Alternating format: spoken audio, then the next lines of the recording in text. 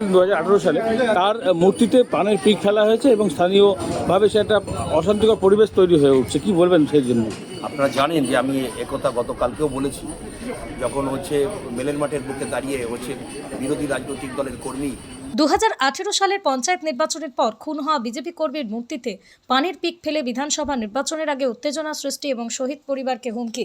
নদিয়ার শান্তিপুর ব্লকের হরিপুর পঞ্চায়েতের মেলের মাঠ এলাকায় 61 নম্বর বুথকে কেন্দ্র করে নতুন করে উত্তেজনা ছড়িয়েছে একটি বিতর্কিত ঘটনাকে ঘিরে। 2018 সালের 24শে মে পঞ্চায়েত নির্বাচনের ভোট গণনার 10 দিন পর খুন হয়েছিলেন বিজেপির সক্রিয় কর্মী বিপ্লব শিকদার। সেই ঘটনার স্মৃতিতে এলাকায় তাঁর একটি আবক্ষ মূর্তি স্থাপন করা হয়, কিন্তু এবার সেই মূর্তিতে পানির পিক ফেলার অভিযোগ ঘিরে শুরু হয়েছে চাঞ্চল্য। পরিবারের অভিযোগ, স্থানীয় এক যুবক যার বিরুদ্ধে অতীতেও বিপ্লব শিকদারের খুনের অভিযোগ উঠেছিল, সেই এই ঘটনার সঙ্গে জড়িত। এই যুবকের রাজনৈতিক পরিচয় নিয়েও প্রশ্ন তুলেছেন স্থানীয়রা। পরিবারের সদস্যরা আরও অভিযোগ, মূর্তি স্থাপনের সময় থেকে ওই যুবক হুমকি দিয়ে আসছিলেন যাতে সেখানে বিপ্লব শিকদারের মূর্তি বসানো না হয়। সিপিআইএম প্রার্থী সৌমেন মাহাতো জানাচ্ছেন, রাজনৈতিক চিন্তাভাবনা আলাদা হলেও শহীদ পরিবারের পাশে আমরা ছিলাম। সেই সময় যাদের নেতৃত্বে এই নোংরা ঘটনা ঘটেছিল তারাই আবারও ভয়ের পরিবেশ সৃষ্টি করতে চাইছে। দৃষ্টান্তমূলক শাস্তি দিক পুলিশ প্রশাসন। যদিও সাংসদ জগন্নাথ সরকার ব্যস্ততার কারণে ঘটনাস্থলে যেতে পারেননি, তবে তিনি পরিবারের সঙ্গে দেখা করার আশ্বাস দিয়েছেন এবং ঘটনায় নিন্দা প্রকাশ করেছেন। যদিও যার বিরুদ্ধে অভিযোগ তিনি অস্বীকার করেছেন। ভোটের আগে রাজনৈতিক কালিমালিপ্ত করার চেষ্টা করা হচ্ছে বলেই তাঁর অভিমত। সমস্ত কিছুই প্রমাণ হবে বলেই তিনি দাবি করেছেন।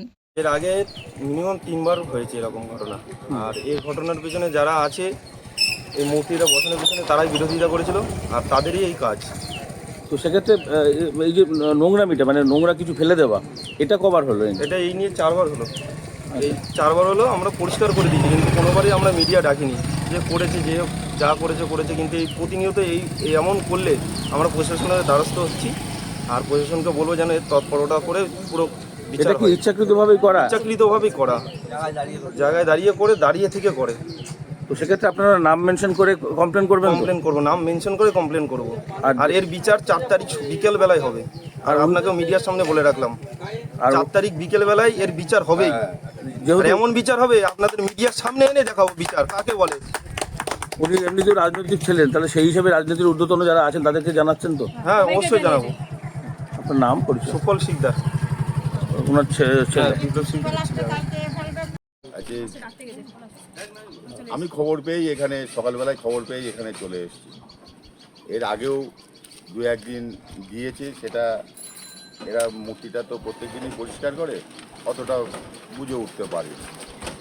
তা আজকে দেখা যাচ্ছে ব্যাপক পরিমাণে মূর্তির মুখে এবং গায়ে বেরিতে আছে গুটকার পিক ছড়িয়ে দিয়েছে। তা এইটা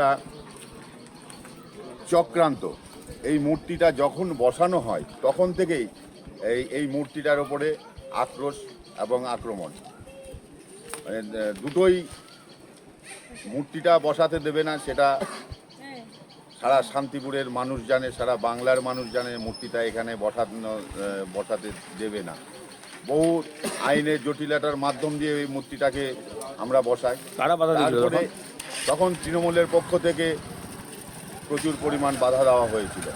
তখনকার যারা প্রশাসনে ছিল তারা বাধা দিয়েছিল, এবং এই মূর্তিটা প্রত্যেক বছরই আমরা শহীদ দিবস আমরা পালন করে থাকি। কিন্তু দেখা যাচ্ছে যে এই কিছুদিন যাবৎ মূর্তিটা ওপরে এইভাবে আছে পানের পিক দিয়ে বা কোনো দিন গুটকার পিক দিয়ে মূর্তিটাকে অসম্মান করা হচ্ছে। এই রাস্তাটা অত্যন্ত গুরুত্বপূর্ণ, সারা রাতে প্রায় লোকজন এই রাস্তাটা দিয়ে সারা রাতই আছে লোকজন চলাফেরা করে। তা আমার যা ধারণা, যারা এর বিরোধিতা করেছে তারাই এই পিকটা ফেলেছে, তাছাড়া নচেত নয়। পুলিশ প্রশাসনকে বা ঊর্ধ্বতন কর্তৃপক্ষ, আমি পুলিশকে প্রশাসনের কাছে আমি জানিয়েছি, তারা আসবেন, তারা দেখবেন। আমার বক্তব্য যেটা, এই মূর্তিটা যেই করে থাকুক না কেন, তাকে ধরে তাকে কঠোর শাস্তি দেওয়া হোক, যে একটা মূর্তিতে এইভাবে তাকে অসম্মান করা যায় না। এটাই আমার মূল বক্তব্য। আপনার নাম পরিচয়? আমার নাম নিপেন মণ্ডল, শান্তিপুর পঞ্চায়েত সমিতির সভাপতি। আমার নাম দিলীপ চক্রবর্তী, আমার শান্তিপুর মিলের মাঠে বাড়ি। দাঁড়াও। হুম। আমার নাম দিলীপ চক্রবর্তী, আমার শান্তিপুর মিলের মাঠে বাড়ি। আমার পিতার নাম ঈশ্বর পরেশ চক্রবর্তী। দীর্ঘদিন যাবৎ এর উপর অত্যাচার হচ্ছে এবং করছে। তা আমি প্রত্যেক দিনই সকালবেলায় কাজে যাওয়ার সময় লাইটটা নিভিয়ে যাই এবং সন্ধ্যাবেলায় যখন আমি বাইরে থাকি লাইটটা বন্ধ করে দিই, যেহেতু আমার বাড়ির পাশের ছেলে এবং এই গ্রামের জন্যেই সে জীবন দিয়েছে। আজকে সকালবেলায় উঠে আমি যখন লাইট নিভাতে আসলাম, এসে দেখি এরকম পানের পিক। সঙ্গে সঙ্গে আমাদের এই ভাইপো ছিল, বললাম তো জেঠিকে ডাক দিয়ে যেটা ছবি তোলা হোক। তারপরে ও গেল, খবর দিয়েছে কিনা জানি না। ইতিমধ্যে সুফল, ইনারই ছেলে সুফল আসছিল। আমি বললাম তুই বড় মোবাইল এনেছিস? বললো বাড়িতে আছে। আমি বললাম যে পিক টিক ফেলেছে, অবস্থা করেছে, তুই একটা ছবি তুলে এটা পাঠিয়ে দে। এটা দীর্ঘদিন যেদিন থেকে বসায় সেদিন থেকে এই বিরোধী পার্টি অর্থাৎ তৃণমূল বাহিনী আমাদের উপর অত্যাধিক অত্যাচার এবং এটা বসাতে দেবে না। 10 মিনিট পর পরে প্রশাসন পর্যন্ত এসছে এবং আমার বাড়িতে রাত্রি 1টার সময় প্রশাসন ঢুকে বলে আপনাকে আমি কি করতে পারি জানেন? আর যা করতে পারেন তা আপনি করে নেবেন, কিন্তু জায়গাটা সম্পত্তিটা আমার এবং আমার বাবার, আমি এখানে বসাবো, তারপরে যদি আপনি কিছু করতে পারেন করে নিন। তার পরবর্তীকালে এইখানকার দারোগা গিয়ে আমার নামে, দেবিকা শিকদারের নামে এবং সুফল শিকদারের নামে অ্যাটেম্প্ট টু মার্ডার কেস দেয় দারোগা। আমরা হাজির হই কোর্টে, তারপরে জামিন হয়ে এসেছি।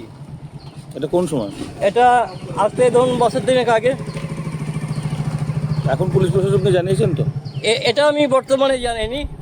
পরিবার থেকে জানাবে তো? হ্যাঁ, পরিবারকে জানিয়েছি। আপনার নাম? আমার নাম দিলীপ চক্রবর্তী। অঞ্চলে গতকালকে রাত্রিবেলায় একজনের বাড়ির সামনে ইট বৃষ্টি করা এবং সবচেয়ে বড় কথা, শহীদ পরিবার, যে শহীদ মূর্তি রয়েছে তাতে গুটখা খেয়ে ফেলেছে, এরকম একটা নোংরামি রয়েছে।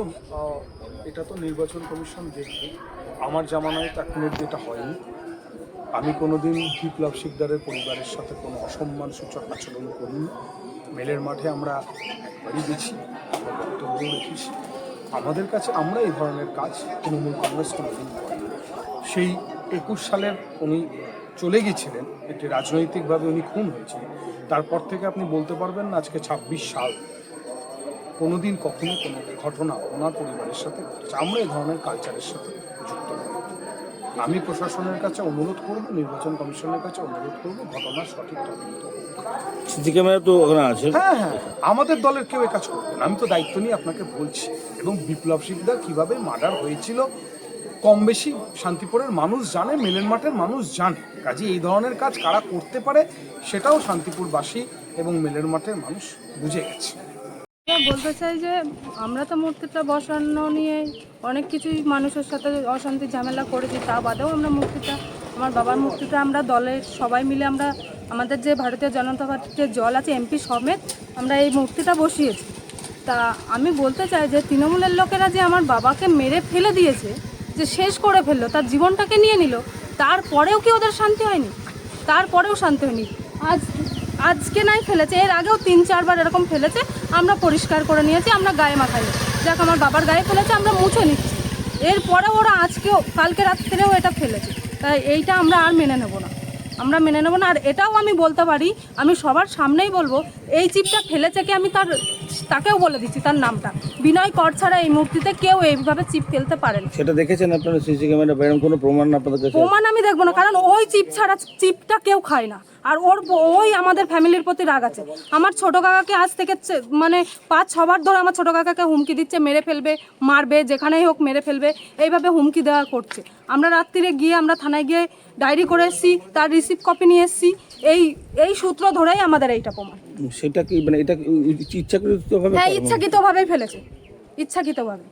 আপনি তো এমনি সবাইকে জানিয়েছেন তো? হ্যাঁ, সবাইকে জানিয়েছি, থানায় জানিয়েছি, সবাই আসবেন, এসে নিয়ে ওনারা যে চাইছেন এখন? এটা চাইছি যে চিপটা ফেলেছে, আমি তো নামটা বললাম, তার কঠিনতম শাস্তি হয়। আর ওর যে নাম বিনয় কর, আমার বাবার কেসেও নাম আছে। আমি যে 2018 সালে যে কেসটা করেছি, ওই কেসের কাগজেও ওর নাম আছে। তারপরেও আমরা 3-4 বার ওরকম ডায়েরি করেছি, সেখানেও নাম আছে। আমার ছোট কাকাকে নিয়ে গেছি ডায়েরি করতে, সেটাতেও নাম আছে। তারপরেও এটা তারপরে ওটা মানুষ কতবার সহ্য করবে, আর কত সহ্য করবো আমরা? আমরা তো সহ্য করতে করতে আমার বাবাকে হারিয়ে ফেললাম। আমার বাবাকে হারিয়ে ফেলে আমার ভাই, আমার পরিবার নিয়ে আমরা শান্তিতে থাকতে চেয়েছি, কিন্তু ওরা আমাদেরকে শান্তিতে থাকতে দেবে না। আমরা এটাই এর সম্পূর্ণ চাচ্ছি, শাস্তি চাইছি। আপনার নাম পরিচয়? দেবিকা শিকদার মাহাতো, বাবার নাম বিপ্লব শিকদার। বলবো বিনয়, ও ছাড়া কেউ করবে না। এর আগেও কি এর আগে হুমকি দিয়ে তো আমাকে কয় হুমকি, আমার ছেলেকে হুমকি দেয়, আমার যাবারকে হুমকি দেয় যে তোকে মারবো, তো কোন বাবা বাঁচাবে তাই তোকে দেখে নেবো। এরকম আমরা কি করতে চাচ্ছি? কি কারণে করছে এটা? কি কারণে? ওই যে এই যে মার্ডার করছে, কিন্তু ও বিনয় মার্ডার করছে, তার নামে ওর নামে কেস আছে, তার জন্য ও করে বেড়াচ্ছে। তা আমি মেরেছে তাই কেস করবো? ঘরের মধ্যে ঢুকে মার্ডার করেছে। সেই সমস্ত পুলিশ প্রশাসনকে আজকেও জানাবেন তো? সবাইকে জানানো হয়ে গেছে, এখন সকালে জানানো হয়েছে সবাইকে। ওর বিচার চাই, ওর শাস্তি চাই। এইটা ভোটের আগে কি এরকম তৈরি করা ইচ্ছা করে? এটা প্রায় 3-4 মাস হলো এরকম করে বেড়াচ্ছে, 3বার হয়ে গেল। তার আগে করেছে, তার আমরা ধুয়ে ফেলেছি, কিছু বলিনি কাউকে। আর আজকে যখন দেখে মাথা দৈনিক সহ্য হয় না, কত সহ্য হয় মানুষের একটা মানুষ কথা।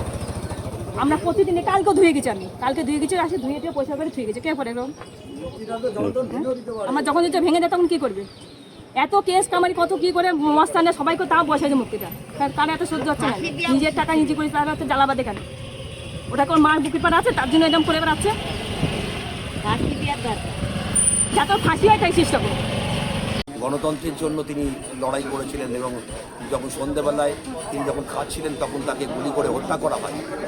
এই নৃশংস হত্যাকাণ্ডের বিরুদ্ধে আমরা প্রতিবাদে সিপিআইএম রাস্তায় ছিলাম। আমরা প্রতিবাদ সভা সংগঠিত করেছি। ঘটনার নিন্দা করা নয়, দোষীদের দৃষ্টান্তমূলক শাস্তি দেওয়ার ব্যবস্থা করতে হবে। প্রশাসনের কাছে আমরা চাপ তৈরি করেছি। গোটা শান্তিপুরের মানুষকে এই খুন সন্ত্রাস নৈরাজ্যের রাজনীতির বিরুদ্ধে সমবেত করবার কাজ আমরা সংগঠিত করেছি। কলম হচ্ছে একজন শহীদকে অশ্রদ্ধা যারা জানাচ্ছে, আমরা তাদের এই কাজের নিন্দা করছি।